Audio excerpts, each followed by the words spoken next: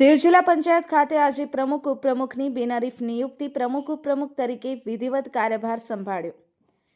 કેન્દ્ર શાસિત પ્રદેશ દીવ ખાતે આજે જિલ્લા પંચાયતના પ્રમુખ ઉપપ્રમુખની બિનહરીફ નિયુક્તિ કરવામાં આવી. આજે વિધિવત સંભાળ્યો કાર્યભાર.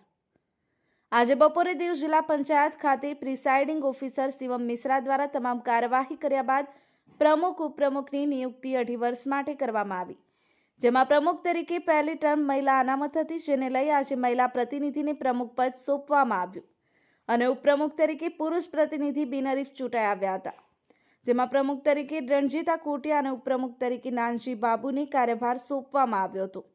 આ પ્રસંગે પ્રિસાઇડિંગ ઓફિસર શિવમ મિશ્રાએ પ્રમુખ ઉપપ્રમુખને પુષ્પગુચ્છ આપી અભિનંદન પાઠવ્યા હતા. આ પ્રસંગે ઇલેક્શન સેલનો સ્ટાફ તથા જિલ્લા પંચાયતના ચૂંટાયેલા જનપ્રતિનિધિઓ ઉપસ્થિત રહ્યા હતા. આહિર કાળુભાઈ, દીવ 24/7 ન્યૂઝ, દીવ.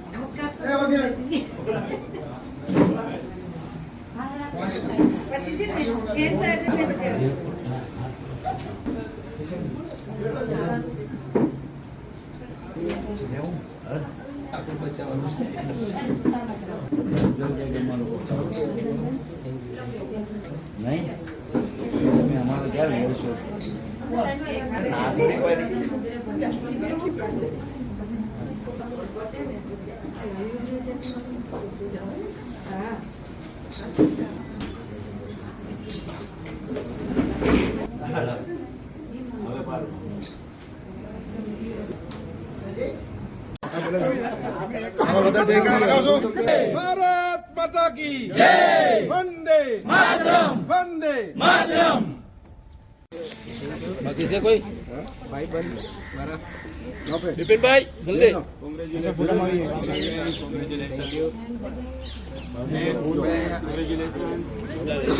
माता की जय, भारत माता की जय, वंदे मातरम, मातरम मातरम, वंदे मातरम. ધર્મ છે.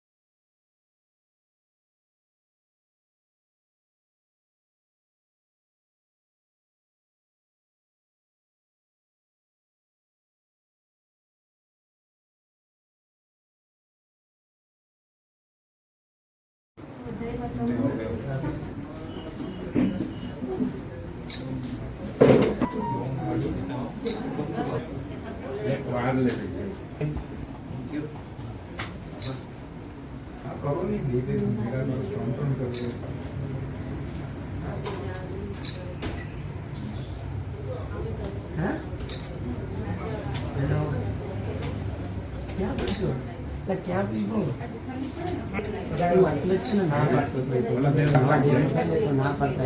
પછી આપણે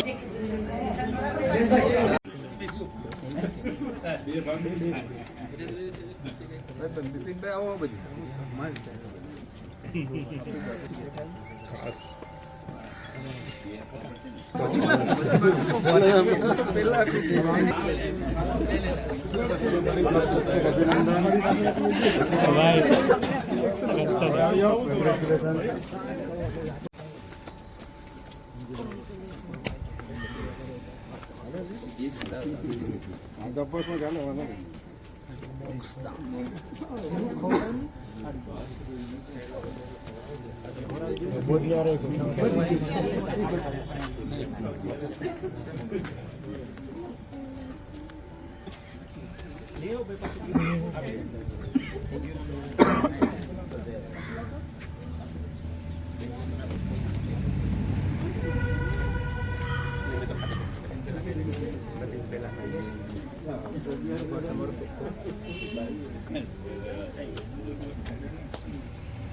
બધા ઉભી રહ્યો છો જયકાર लगाओ છો આપણે ભારત माता की जय। नमस्कार, मैं शिवम मिश्रा, उप समाहर्ता दीव आप सभी को ये सूचित करना चाहता हूँ कि आज दिनांक 1 दिसंबर 2025 के दिन जिला पंचायत दीव के अध्यक्ष एवं उपाध्यक्ष का चुनाव घोषित किया गया था, जिसमें आज सभी जिला पंचायत के 8 सदस्य मौजूद रहे, जिसमें नामांकन के दौरान एक एक नामांकन पत्र मिला, जिसमें अध्यक्ष का पद जो है वो महिला के लिए आरक्षित था और क्रमशः उपाध्यक्ष का पद अनरिजर्व था, यानी किसी के लिए भी आरक्षित नहीं था। इनमें एक एक नामांकन पाए जाने के बाद स्क्रूटनी की गई, जिसमें दोनों नामांकन सही पाए गए और विड्रॉल के समय किसी भी कैंडिडेट ने अपना नॉमिनेशन विड्रॉ नहीं किया। विड्रॉल होने के बाद जो कैंडिडेट्स की लिस्ट पब्लिश की गई, उसमें एक ही एक कैंडिडेट क्रमशः पाए गए अध्यक्ष पद के लिए एवं वो उपाध्यक्ष पद के लिए, इसलिए चुनाव प्रक्रिया नहीं हुई। और जो आज का चुनाव था उसमें आज अध्यक्ष पद के लिए कोटिया रंजीता बहन एवं उपाध्यक्ष पद के लिए नानजी बाबू सोलंकी जी निर्वाचित किए गए हैं। 2.5 साल का टेन्योर रहता है, 5 साल का जिला पंचायत का टेन्योर है, जिसमें 2.5 साल अध्यक्ष का टेन्योर है और 2.5 साल उपाध्यक्ष का टेन्योर है।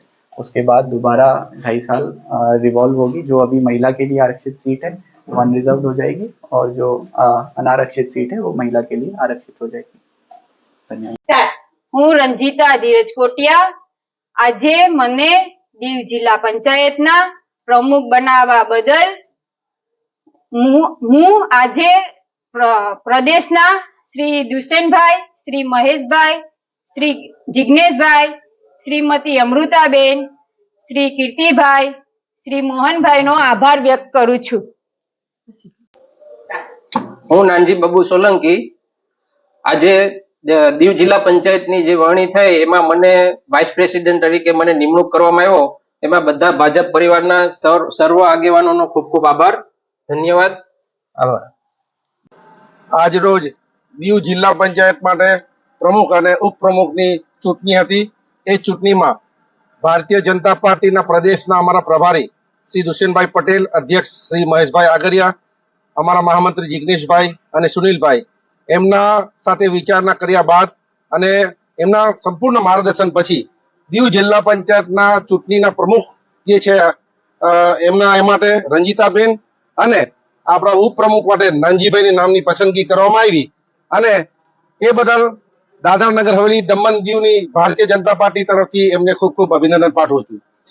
દીવની જે આપણી ગ્રામ્ય વિસ્તારની જે જનતા છે, દેવતુલ્ય જે જનતા છે, એમને અભિનંદન પાઠવવા માંગુ છું કે ચૂંટણીમાં ભારતીય જનતા પાર્ટીને ખૂબ સારો પ્રતિસાદ આપતા 8માંથી 8 સીટ ભારતીય જનતા પાર્ટીના ફાળે આપી અને આજે તમે જોઈ શકો છો કે એવો નિર્ણય ભારતીય જનતા પાર્ટીના હાઈકમાન્ડે લીધો કે આપણા પંચાયત વિસ્તારમાં, ગામડા વિસ્તારમાં આપણે ખારવા સમાજને નેતૃત્વ કરવાનો પ્રથમ વખત મોકો આપવામાં આવ્યો। તો હું સમજુ છું કે એનાથી દીવની જે ગ્રામ્ય વિસ્તારની જે રાજનીતિ છે એમાં પણ ખરો ખૂબ સારો એનો પ્રતિસાદ મળશે।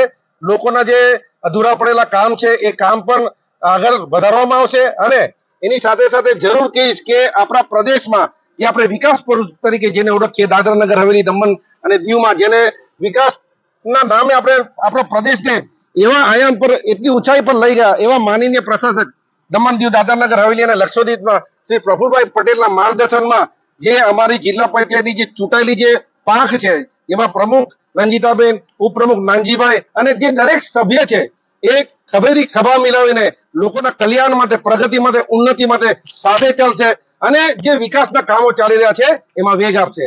ભારતીય જનતા પાર્ટીના અમારા જિલ્લાના જે પ્રમુખ છે ભાઈ શ્રી મોહનભાઈ, એમના માર્ગદર્શનમાં આજે અમારી જિલ્લા પંચાયતની ચૂંટાયેલી જે પાંખ છે, ચૂંટાયેલી જે બોડી છે એ સંપૂર્ણ રીતે કામ કરશે।